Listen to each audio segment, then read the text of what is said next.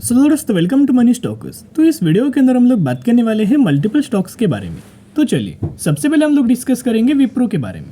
तो जहां अगर आप विप्रो का आज के दिन परफॉर्मेंस देखोगे तो ऑलमोस्ट हमें कंपनी के अंदर 2% की तेजी नजर आ चुकी है एंड 530 रुपए के आसपास हमें कहीं ना कहीं विप्रो की क्लोजिंग नजर आ रही है। आज के दिन आपको पता होगा कि मार्केट दोस्तों बहुत ज़्यादा वॉलेटाइल था।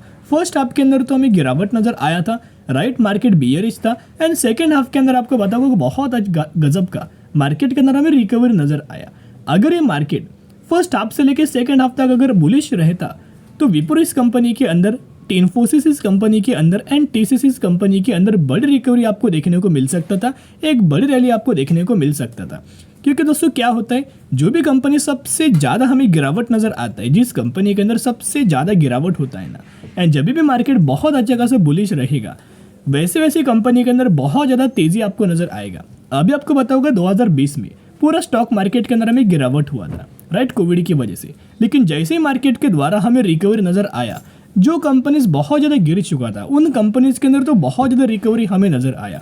विप्रो जैसी कंपनी के द्वारा 200% तक का रिटर्न शेयर होल्डर्स को मिल चुका था एक सालों में, राइट। और ये जो गिरावट अगर आप करंट बेसिस के ऊपर ऑब्जर्व करेंगे तो जो विप्रो, इन्फोसिस और टीसीएस, ये तीनों के दोनों जो कंपनीज लगातार गिरावट के अंदर ट्रेड कर रहा था, मार्केट ऑल टाइम हाई लगातार क्रॉस कर रहा था और ये कंपनी हमें 52 लो के आसपास ही हमें ट्रेड कर रहा था, राइट। वहाँ तक तो बहुत बार हमने निवेश करने के आपके साथ राय शेयर किया था और अभी भी हम लोग दोस्तों वही राय आपके साथ शेयर करें कि आने वाले सालों का विप्रो का अगर आप हाई को ऑब्जर्व करेंगे तो कहीं ना कहीं कंपनी के द्वारा 710 रुपये के आसपास एक रजिस्टेंस वाला लेवल है और जैसे ही कंपनी लेवल्स को क्रॉस करेगा ना, फिर कंपनी 1000 रुपये तक का भी लेवल्स हमें शो कर सकता है। क्योंकि कंपनी का आप फ्यूचर का परफॉर्मेंस ऑब्जर्व कीजिएगा, पास्ट का परफॉर्मेंस ऑब्जर्व कीजिएगा, प्रेजेंट का अगर आप देखोगे तो थोड़े बहुत तो प्रॉब्लम हमें नजर आए थे और इसकी गलती कोई विप्रो कंपनी की नहीं है, राइट, इसकी गलती पूरे सेक्टर की। क्योंकि आपको पता होगा जियो फाइनेंशियल्स जो बैंकिंग फाइनेंशियल सर्विसेज है वहाँ दोस्तों हमें प्रॉब्लम नज़र आया था, वहाँ क्राइसिस हुआ था, तो बैंक्स के अंदर भी प्रॉब्लम लगा था, राइट, यानी कि बैंक्स के अंदर भी प्रॉब्लम नज़र आया और जिस वजह से हमें जो पूरा आईटी सेक्टर था उसके अंदर भी गिरावट नज़र आया था। अभी आपको पता होगा कि आने वाले फ्यूचर में जो रेट्स है वो कट होने वाले हैं, तो जो रेट दोस्तों जब कट होंगे तो इसका फ़ायदा मिलेगा बैंकिंग को, और अगर बैंक्स को फ़ायदा मिलेगा तो इसका डायरेक्ट और इनडायरेक्ट फ़ायदा मिलेगा किसको, इसका फ़ायदा मिलेगा आईटी सेक्टर को। तो कहीं ना कहीं अगर आप ऑब्जर्व करेंगे तो यही व्यू के साथ हमें सारे आईटी सेक्टर की कंपनीज़ के अंदर रिकवरी आई है, तेज़ी आई है। जिन जिन कंपनीज़ के अंदर हमें बैंकिंग फाइनेंशियल सर्विसेज से ज़्यादा से ज़्यादा जो कंपनीज अपना बिजनेस करता है, रेवेन्यू जनरेट करता है, जैसे कि अगर विप्रो की बात की जाए तो 32% तक का जो रेवेन्यू है इनका बैंकिंग फाइनेंशियल सर्विसेज से आता है, राइट। तो ये ऐसा सेगमेंट है ना, यही सेगमेंट की वजह से कंपनी ने इतना शानदार तरीके से पास्ट में लोगों को परफॉर्मेंस दिया था। विप्रो यही कंपनी जो कि 10,000 के बना चुका है 1,000 करोड़ के आसपास, राइट। और इनका तभी भी इनका जो मैक्सिमम जो रेवेन्यू था वो कहाँ से जनरेट हो रहा था, ये जनरेट हो रहा था बैंकिंग फाइनेंशियल सर्विसेज। और जो मार्केट के अंदर तेजी आया है कहीं ना कहीं यही बुल रन की वजह से हर एक आईटी सेक्टर के अंदर, हर एक सेक्टर के अंदर, हर एक स्टॉक्स के अंदर तेजी नजर आया। ये भी एक रीज़न हो सकता है कि जो कंपनी के अंदर कल के दिन हमने अपडेट शेयर किया था कि विप्रो ने एक बहुत अच्छा खासा कोलैबोरेशन किया था इंटेल के साथ, यानी कि विप्रो का इंटेल का एक दूसरे के साथ पार्टनरशिप हुआ था। किस चीज़ को लेके हुआ था, ये चिप डिज़ाइन इनोवेशंस को लेके ये पार्टनरशिप हुआ था। अभी जो भी कंपनी एक दूसरे के साथ पार्टनरशिप करता है, दोनों कंपनियों को विन विन सिचुएशन की सबसे आने वाले फ्यूचर में बेनिफिट मिलता है। इसे शॉर्ट टर्म के अंदर कोई बेनिफिट नहीं मिलेगा, ये बेनिफिट लॉन्ग टर्म के अंदर मिले, ये भी हमने डिस्कस किया था, राइट। और कल के वीडियोस के अंदर दोस्तों जरूर चेकआउट करना, विप्रो का कल के दिन की वीडियोज मैंने आपके साथ जो शेयर किया था उसको जरूर चेकआउट करना। उस वीडियो के अंदर जो हमने टेक्निकल चार्ट एनालिसिस किया था, हमने कल ही के दिन आपके साथ शेयर किया था कि बहुत ज़्यादा चांसेस है कि विप्रो के अंदर कल के दिन आपको तेजी आ सकता है और एक कौन भी हाफ के ऊपर दोस्तों बोला गया था, राइट। ये अगर आप ऑब्जर्व करेंगे तो विप्रो इस कंपनी का अगर आप रजिस्टेंस लेवल देखोगे इनके टेक्निकल चार्ट्स के अंदर तो कहीं ना कहीं जो रजिस्टेंस लेवल था ऑलमोस्ट आप पकड़ सकते हो कि 540 रुपये के आसपास, 550 रुपये के आसपास विप्रो का एक रजिस्टेंस लेवल था। और यही लेवल्स के ऊपर जब विप्रो लगातार हमें तेजी आ रहा था, यही हमने आपके साथ शेयर किया था कि जो रजिस्टेंस लेवल है ना, ये बहुत ज़्यादा क्रिटिकल जोन होता है और डायरेक्टली कोई कंपनी के अंदर तेजी के साथ ये क्रॉस नहीं होता। या कंपनी क्या कर सकता है, थोड़ा बहुत गिरावट हो सकता है, थोड़ा बहुत कंसोलिडेट हो सकता है। तो यही गिरावट हमें विप्रो के अंदर नजर आया। और कल के दिन हमने वीडियोस के अंदर आपके साथ क्या डिस्कस किया था, जैसे कि मूविंग एवरेज आप ये देख सकते हो, एक जो मूविंग एवरेज है वो ब्लू कलर के अंदर है और सेकंड है जो ब्लैक कलर के अंदर है।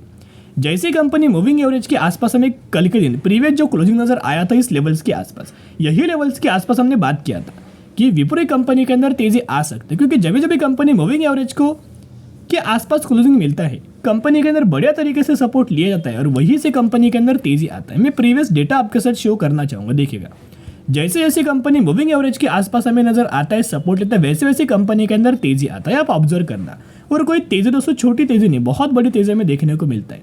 इनफैक्ट हमने बहुत बार आपके साथ पहले भी दोस्तों डिस्कस किया था, यहाँ आप ऑब्जर्व करके चलना, जैसे कंपनी मूविंग एवरेज के आसपास आती है उसके बाद डायरेक्टली कंपनी के अंदर तेजी नजर आता है। तो यहाँ भी हमने क्या डिस्कस किया था कि जैसे कंपनी अभी मूविंग एवरेज के आसपास आया है ना, यही से एक बड़ा रिवर्सल नजर आएगा और अभी कंपनी क्या करेगा, 550 रुपए का जो लेवल है ना वो आसानी से कंपनी में ब्रेकआउट करके दे सकता है। और ये ब्रेक करने का एक और बहुत बड़ा रीजन है जो कि हमने पहले भी बहुत बार आपके साथ डिस्कस किया था। जहां अगर आप विप्रो कंपनी के अंदर म्यूचुअल फंड्स के डेटा को ऑब्जर्व करेंगे तो म्यूचुअल फंड्स बहुत ज्यादा विप्रो इस कंपनी को बुलिश लेके चल रहे हैं, क्योंकि यही कंपनी है जिसके अंदर सबसे ज्यादा प्रॉब्लम्स नजर आए थे एज कम्पेयर टू इन्फोसिस के अंदर और एज कम्पेयर टू टीसीएस के अंदर, राइट। इनके अंदर मार्जिन के अंदर बहुत ज्यादा प्रॉब्लम्स थे विप्रो के अंदर। लेकिन अगर हम तीनों कंपनीज का अगर आप कंपेयर करके देखेंगे तो सबसे ज्यादा जो म्यूचुअल फंड्स बुलिश व्यू रख के चल रहे हैं ना, उस कंपनी का नाम है विप्रो, राइट। यहाँ अगर आप डेटा को ऑब्जर्व करेंगे तो अगस्त महीने के अंदर सितंबर, अक्टूबर, नवंबर, दिसंबर, जन हर एक महीने के अंदर बहुत बड़ी बड़ी क्वांटिटीज हमें म्यूचुअल फंड्स के द्वारा खरीदारी की जा रही, और ये क्वांटिटीज कितने हैं या फिर कितने अमाउंट इनके द्वारा निवेश किया जा रहा है आप यहाँ देख सकते हो। एसबीआई का एक म्यूचुअल फंड है जिन्होंने 20,000 करोड़ की खरीदारी किया है, कोटक का एक फंड है 35,000 करोड़ की खरीदारी, एक और टाटा का फंड है 7,000 करोड़ की खरीदारी, मेरे एसेट का एक फंड है 21,000 करोड़ की खरीदारी, एचएसबीसी का एक फंड है 11,200 करोड़ की खरीदारी। उसके साथ साथ बहुत सारे म्यूचुअल फंड्स जैसे कि महिंद्रा का एक म्यूचुअल फंड है जिन्होंने 3,000 करोड़ की खरीदारी किया है, बड़ौदा का एक फंड है ऑलमोस्ट हमें 1,700 करोड़ की खरीदारी, आईसीआईसीआई प्रूडेंशियल 16,000 करोड़ की खरीदारी एंड टाटा ऑलमोस्ट 9,500 करोड़ की खरीदारी। तो म्यूचुअल फंड्स लगातार दोस्तों बुलिश व्यू जिस कंपनी के अंदर रख के चलते हैं ना, इनका व्यू होता है लॉन्ग टर्म का। कभी भी आपने सुना है कि म्यूचुअल फंड ने शॉर्ट टर्म के अंदर निवेश किया? बिल्कुल भी नहीं, इनका व्यू लॉन्ग टर्म का होता है और ये ऐसी कंपनी के अंदर एंट्री नहीं करते जो कंपनी फंडामेंटली स्ट्रांग है, जो कंपनी आने वाले फ्यूचर में डिमांड फुलफिल करने वाली है, जो कंपनी का बिजनेस आने वाले फ्यूचर में लोगों की प्रॉब्लम दूर करेगा। ऐसे सेगमेंट के अंदर अगर कंपनी काम करे ना तो वो सेगमेंट जरूर बूस्ट होगा और कंपनी का बिजनेस ऐसे एक्सपांड होगा। और कंपनी का बिजनेस अगर एक्सपांड होता है तो कंपनी का रेवेन्यूज भी इंक्रीज होगा और कंपनी का प्रॉफिट्स के अंदर भी हमें ग्रोथ नजर आएगा। तो जैसे जैसे विप्रो कंपनी के अंदर गिरावट नजर आई वैसे वैसे खरीदारी करके जरूर लॉन्ग टर्म के लिए होल्ड करना, क्योंकि ये आखिरी मौका होने वाला है। एक बार कंपनी 700 रुपए का अगर लेवल्स क्रॉस करता है ना, फिर कंपनी 1,000 रुपये तक का भी टारगेट्स हमें कंपनी अचीव करके दे सकता है। चलिए अभी हम बात करने वाले हैं अगली कंपनी के बारे में जिसका नाम है ट्राइडेंट। तो ट्राइडेंट कंपनी के अंदर भी 1.5 से 2% की तेजी आया और अभी भी कंपनी 44 रुपीज के ही आसपास हमें क्लोजिंग नजर आ रहा है। पिछले कुछ महीने से अगर आप देखोगे तो कंपनी के अंदर कोई ज्यादा हमें तेजी नजर नहीं आया, लेकिन अगर आप इनका ईयर टिल डेट के अंदर परफॉर्मेंस ऑब्जर्व करेंगे तो आप सभी को बताइए कहीं ना कहीं हमने 37 रुपीज के आसपास ट्राइडेंट के अंदर खरीदारी किया था। और जैसे हमने खरीदारी किया था within 8 days, right, within a week company ने 40% तक का रिटर्न हमें शो हो रहा था। यानी कि 37 रुपीज की कंपनी ने 52 रुपीज तक का लेवल्स 8 दिनों में अचीव किया हुआ था। लेकिन उसके बाद होता क्या है कि बहुत ज़्यादा लोग ये तेजी को देख के निवेश करते हैं, तो उन सभी लोगों को कंपनी के द्वारा एक ट्रैप किया गया है, आप देख सकते हो। फिर 50 रुपीज़ का स्टॉक हमें करंटली 42 रुपीज़ से भी नीचे में आ चुका था, राइट। अभी 44 रुपीज़ के आसपास हमें कंपनी ट्रेड कर रहा है। तो वो लोग क्या करेंगे, उनका जो सोच होगा, अब ये लोग सेलिंग की ओर जाएंगे, राइट। अभी लॉस उनको हो रहा होगा तो ये माल बेच के निकल जाएंगे। जैसे ये माल बेच के निकल जाएंगे वैसे हमें ट्राइडेंट के अंदर बड़ी तेजी बड़े देर आपको देखने को मिल सकता है। और अगर आप ये पैटर्न को ऑब्जर्व करेंगे तो इधर बहुत अच्छा खासा पैटर्न हमें कंपनी के द्वारा शो किया गया है, राइट। जैसे ये कंपनी इस पैटर्न को ब्रेक करेगा ना, अभी बहुत ही जल्द कंपनी के अंदर ब्रेकआउट आपको नजर आ सकता है। अभी जो टारगेट आपको दिखाई देगा वो 56 रुपीज से लेकर 60 रुपीज तक का टारगेट हमें ट्राइडेंट जो कोर शो कर सकता है। उसके साथ साथ एक और अगर आप अपडेट्स को नोट करेंगे, the textile industry to double GDP contribution by 2030 report, तो एक रिपोर्ट हमें नजर आया है। इस रिपोर्ट के अंदर यही बात किया गया है कि जो टेक्सटाइल इंडस्ट्री की जो ग्रोथ होने वाले हैं वो ऑलमोस्ट हमें डबल जीडीपी की ग्रोथ हमें नजर आने वाले है फाइनेंशियल ईयर 2030।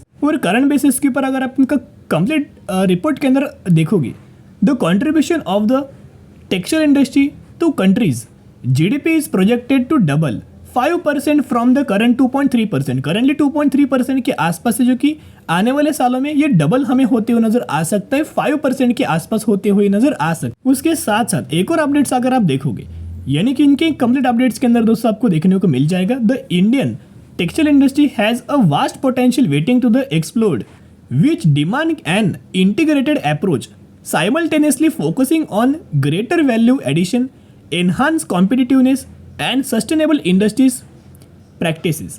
ये किसके द्वारा बोला गया है? ये बोला गया है जो टाटा पावर के जो CEO है, MD है प्रवीर सिन्हा जी, इनके द्वारा दोस्तों स्टेटमेंट हमें बोला गया है कि आने वाले सालों में टेक्सटाइल सेक्टर के अंदर बढ़िया तरीके से ग्रोथ आने वाली है और सबसे ज़्यादा कंपनीज को बेनिफिट होगा एक्सपोर्ट सेगमेंट से, एक्सपोर्ट मार्केट से।